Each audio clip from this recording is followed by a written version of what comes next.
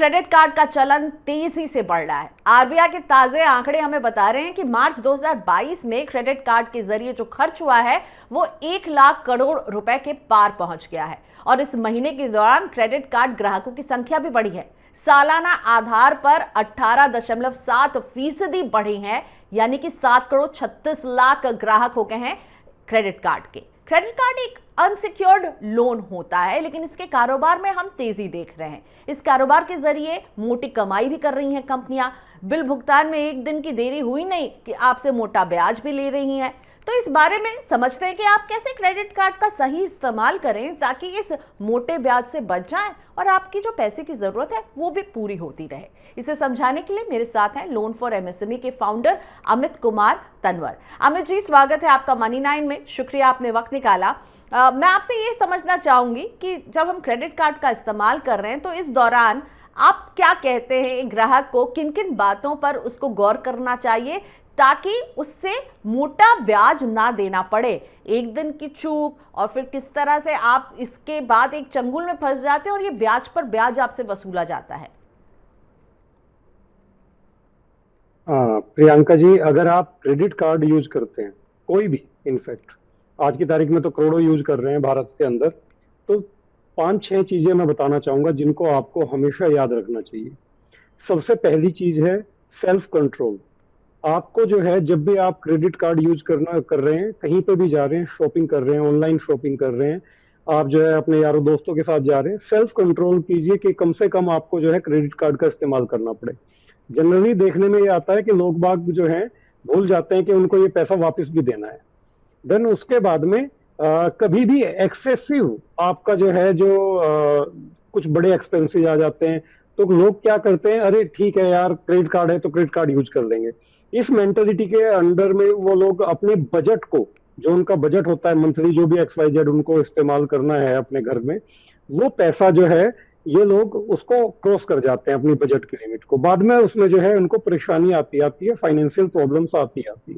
इसके अलावा interest credit card का कभी भी आप जो है, कोई भी आदमी ये सोच करके इस्तेमाल करता है, दे देंगे पैसे ये सोच करके कि आज इस्तेमाल कर लेते हैं, आज क्या प्रॉब्लम है, आ जाएगा, अगले महीने दे देंगे। तो कई बार इस तरीके की मेंटेलिटी के चलते आपको अच्छा खासा इंटरेस्ट आउटगो करना पड़ता है, और अगर उस पर बाई चांस किसी वजह से पेनल्टीज वगैरह लग जाती हैं तो आपको एक ह्यूज अमाउंट तक देना पड़ जाता है।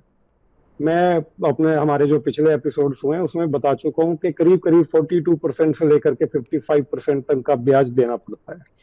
इसके अलावा आपका जो क्रेडिट स्कोर है उसको भी कई 2-3 मामलों में अफेक्ट कर सकता है आपका क्रेडिट कार्ड का इस्तेमाल। कैसे? तो अगर आप अपनी लिमिट 1 लाख की है, आप 90% से ज्यादा की लिमिट इस्तेमाल करते हैं तो आपकी क्रेडिट कार्ड जो है वो आपके स्कोर को नेगेटिवली अफेक्ट करेगा।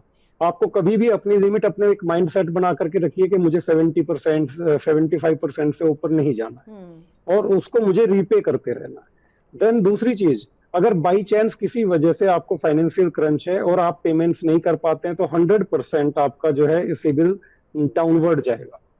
कितना डाउनवर्ड जाएगा, ये आपका कितना लिमिट है कार्ड का, कितना आपने इस्तेमाल किया हुआ है, कितने दिन का डिले चल रहा है, कई सारे फैक्टर्स के ऊपर डिपेंड करता है। ठीक है, तो ये केवल आपकी जेब का ही जो है हिसाब किताब नहीं बगाड़ेगा, बल्कि आपके क्रेडिट स्कोर पर भी इसका बुरा असर है। 42 से 55% तक का ब्याज अगर आपको पेनल्टी लग जाती है तो उसका ख्याल रखिए। अमित जी कई बार इस पर हमें आगाह कर चुके हैं। तो अमित जी, ये जो क्रेडिट कार्ड है एक तरह से अनसिक्योर्ड लोन ही है, कोई सिक्योरिटी नहीं है। मुझे वो लोन मिल जाता है और मुझे समय मिल जाता है उसे पे आउट करने के लिए। अब जोखिम ज्यादा है, लेकिन बैंक्स का क्रेडिट कार्ड का कारोबार अच्छा चल रहा है और बैंक से धड़ल्ले से दे भी रही हैं। आपको लगता है इसमें बैंक का अपना इंटरेस्ट है? बैंक को इससे क्या फायदा होता है? अभी एक बड़ा फेमस डायलॉग आया कि रिस्क है तो इश्क है, कुछ ऐसा डायलॉग था।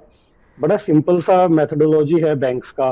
बैंक्स क्या चाहते हैं कि उनको हाई से हाई इंटरेस्ट इनकम जो है मिले, वही उनका ब्रेड एंड बटर है। अब उसके लिए ये क्या करते हैं, ल्यूर करते हैं कस्टमर्स को, लुभावने ऑफर देंगे आपको और आपको जो है एक जाल में फंसा लेते हैं। क्रेडिट कार्ड क्या है, बेसिकली एक जाल है। अगर आप उसमें जो है कबूतर की तरह फंस गए तो गड़बड़ है। आपको जो है दाना फेंका जाता है, आपको जो है फंसाया जाता है।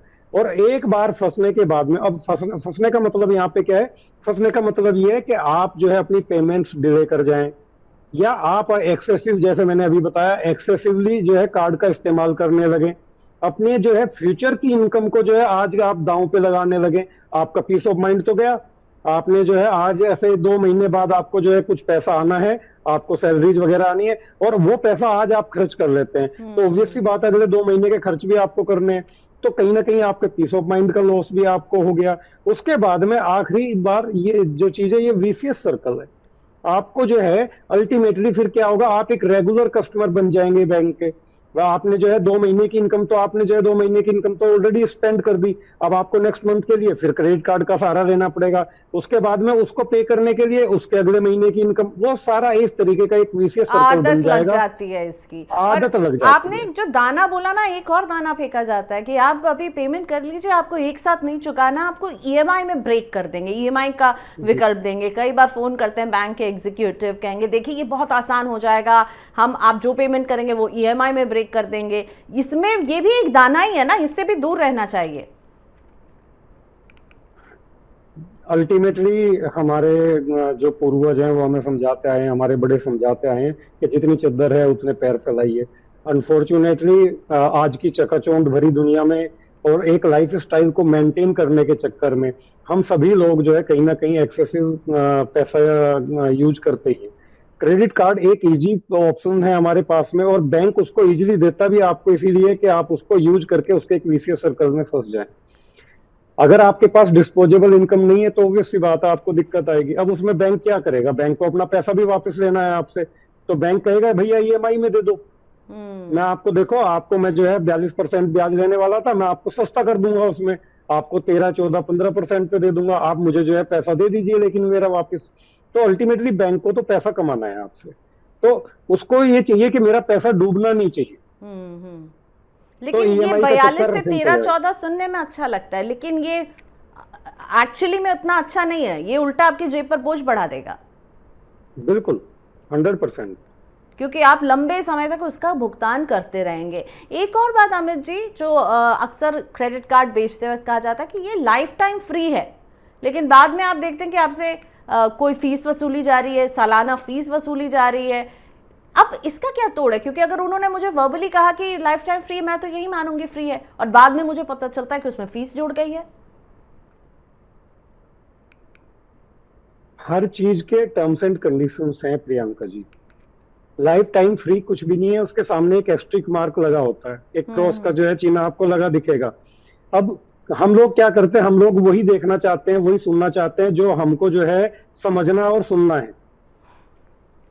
सच कोई नहीं सुनना चाहता, सच सबको जो है पता होना चाहिए, हमें पता होना चाहिए, बट सच को कोई जो है महत्वपूर्ण तरीके से लेता नहीं है। हमें पता है कि कोई भी चीज जो है फ्री नहीं होती, तेल तिलों से ही निकलता है, इसके बावजूद लोग उनके चक्कर में पड़ते हैं। क्रेडिट कार्ड जो देने वाला बैंक है वो आपका टर्म्स एंड कंडीशंस कभी भी चेंज कर सकता है। आपको कह सकता है कि भैया आपने 1 लाख रुपए साल के खर्च नहीं किए अपने क्रेडिट कार्ड पे, तो अगले साल आपको फीस देनी पड़ेगी। किसी ना किसी तरीके से वो आपको फंसाएंगे।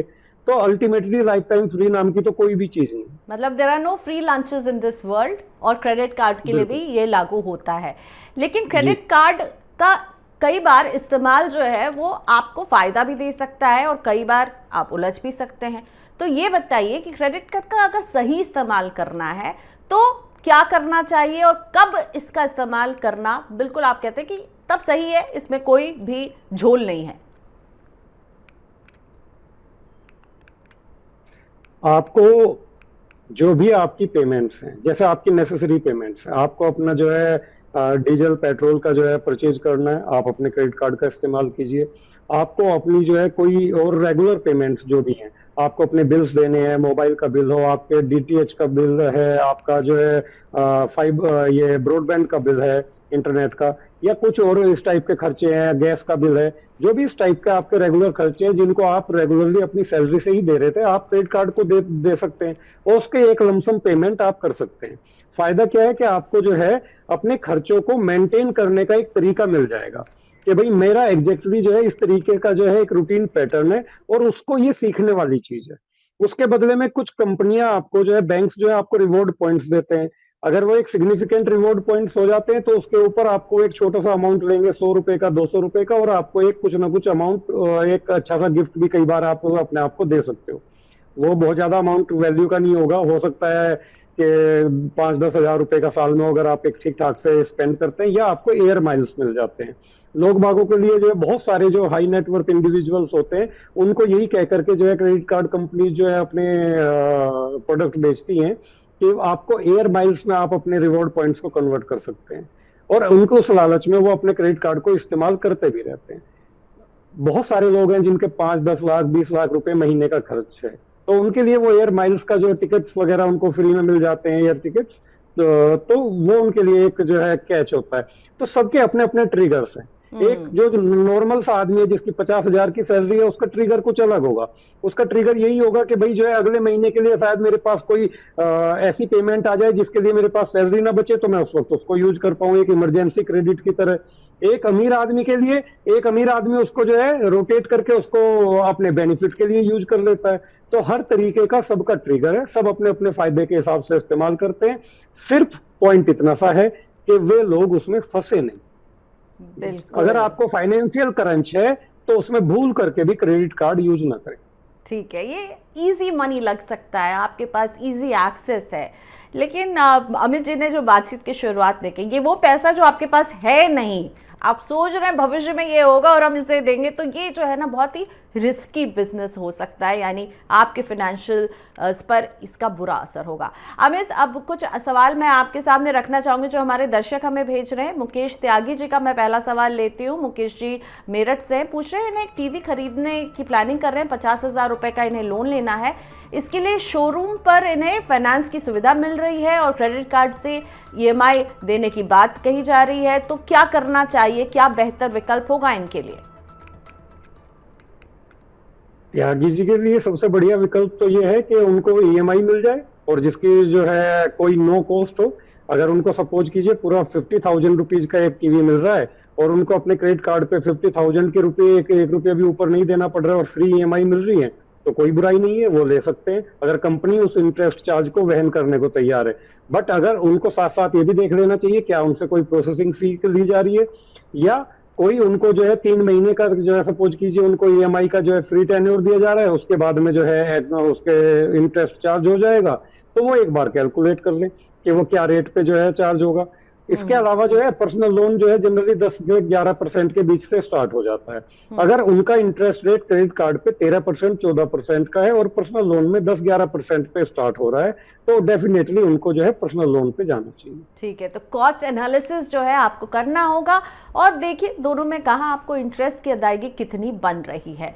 अगला सवाल लेकर आते हैं मुकेश सिरोही जी का। ये एक IT कंपनी में जॉब करते हैं। क्रेडिट कार्ड का 86,000 रुपये का बिल था। पिछले 3 महीने से ये सिर्फ मिनिमम पेमेंट दे रहे हैं। इस तरह कब तक ये मिनिमम पेमेंट दे सकते हैं? क्या उनके क्रेडिट स्कोर पर इसका असर पड़ेगा? बड़ा बिल है 86,000 का, तो फिर मिनिमम ड्यू देख करके काम चल रहा है इनका, पर क्या ये सही है अमित जी? मिनिमम पेमेंट करना एक तरीके से तो सही है। कम से कम आपको जो है कोई लेट पेमेंट चार्जेस, कोई पेनल्टी वगैरह नहीं लगती, सिर्फ आपको इंटरेस्ट देना पड़ता है। तो अगर सपोज कीजिए किसी महीने आपके पास कोई इंतजाम ही नहीं है पैसे का, तो उस केस में तो आपको 100% मिनिमम पेमेंट तो क्रेडिट कार्ड का कर ही देना चाहिए। बेसिकली मिनिमम पेमेंट है क्या? मिनिमम पेमेंट है इंटरेस्ट पेमेंट। इसमें जो है करीब 60-70% जो पैसा होता है वो आपका इंटरेस्ट ऑब्लिगेशन होता है, उसको जो है बैंक जो है आपसे वसूल लेता है। देन आपका जो है कुछ, अगर आपका जो रेगुलर खर्चा है उसमें कोई EMI वगैरह भी है, उस टोटल ड्यूज अमाउंट में वो भी उसमें जुड़ जाती है। तो इस तरीके से करके बैंक अपना एक मिनिमम अमाउंट तय करता है, उसको आपसे ले लेता है। आपको मिनिमम पेमेंट हमें 100% करनी चाहिए। बट अगर किसी का 86,000 रुपए का बकाया है और उनको जो है 3 महीने से उन्होंने नहीं दिया है, तो इसका मतलब ये है कि उनका 42, 48, 55 कुछ भी इस परसेंट के रेट के हिसाब से जो है बैंक उनसे इंटरेस्ट चार्ज कर रहा है। अब उनको क्या करना चाहिए? मैं पर एनम की फिगर बता रहा हूँ। मंथली ये 3 से 4% के करीब में 5% तक रहता है बैंक्स का। अब इनको करना क्या चाहिए? इनको बोलना चाहिए अपने बैंक को कि भाई मेरा 86,000 का आप EMI बना दीजिए, क्योंकि कम से कम आप इंटरेस्ट तो सेव कर पाएंगे और भी कुछ नहीं होगा। या फिर अगर ये किसी का आईटी कंपनी में काम करते हैं, उनको आईटी में कंपनी में उनकी सैलरी के बेसिस पे कोई अच्छा ऑफर मिलता है पर्सनल लोन का 10-11% का, वहां से 86,000 लें, 1 बुलेट पेमेंट कर दें और काम कंप्लीट करें। इसमें चक्करों में ना पड़े, बड़ा सिंपल जो है अपने एक बार बैठ करके सारे ऑप्शंस चेक करें और चेक करके इसको अगर एक बार में दे सकते हैं कहीं से पर्सनल लोन लेकर के तो वहां से दे दें, अदरवाइज फिर उनके पास में सबसे बेस्ट तरीका यही है कि इसको अमाउंट को ईएमआई में कन्वर्ट करा दें और down the line 12 months 18 months में उसको पे ऑफ कर दें। एक क्विक आंसर अमित जी, क्या मिनिमम पेमेंट जो अगर वो पे करते रहेंगे तो क्या उनका क्रेडिट स्कोर खराब हो सकता है? देखिए, मैंने जैसे बताया काफी पुअर क्रेडिट स्कोर कैसे बनता है, मैंने अभी बताया था। अगर आप 90% तक अपने क्रेडिट कार्ड की लिमिट इस्तेमाल कर लेते हैं तो आपका क्रेडिट स्कोर पे जो है नेगेटिवली अफेक्ट करना शुरू कर देता है, क्योंकि एक तरीके से ये स्ट्रेस को शो करता है कि जो है जो कस्टमर है, बोरोवर है, वो स्ट्रेस में है। बिल्कुल। और अगर किसी यानी जो पूरी लिमिट है उसका क्रेडिट यूजेज लिमिट के बारे में अमित जी समझा रहे हैं कि आप उसको कितना इस्तेमाल कर रहे हैं। आप ज़्यादा इस्तेमाल कर रहे हैं उसको, एकदम आप क्लोज पहुंच जा रहे हैं, यानी आपके ये अच्छे फाइनेंशियल बिहेवियर की निशानी नहीं होगी। अमित जी, आज के लिए बहुत धन्यवाद, आप जुड़े Money9। आपको जोड़ना चाहते हैं? मैं ये जोड़ना चाह रहा था कि अगर कोई मिनिमम पेमेंट करता भी है तो उसको कोशिश करनी चाहिए कि मिनिमम के साथ साथ कुछ भी अमाउंट 10% अमाउंट 5% अमाउंट एक्स्ट्रा पे करने की कोशिश करे, कभी भी टोटल सिर्फ और सिर्फ मिनिमम पेमेंट ना करे। और फाइनेंशियल क्रंच अगर आपको है, कभी भी भूल करके भी आप क्रेडिट कार्ड इस्तेमाल ना करें। जी, तो फाइनेंशियल क्रंच के टाइम में अगर आपको लग रहा है कि क्रेडिट कार्ड आपका साथी होगा तो साथी की जगह ये आपके फाइनेंसेस पर बहुत बड़ा जो है आघात कर सकता है और आपके क्रेडिट स्कोर से लेकर आपके जेब और आपकी रातों की नींद जो है खराब कर सकता है। Amit ji, thank you so much, आज आपने Money9 के लिए वक्त निकाला।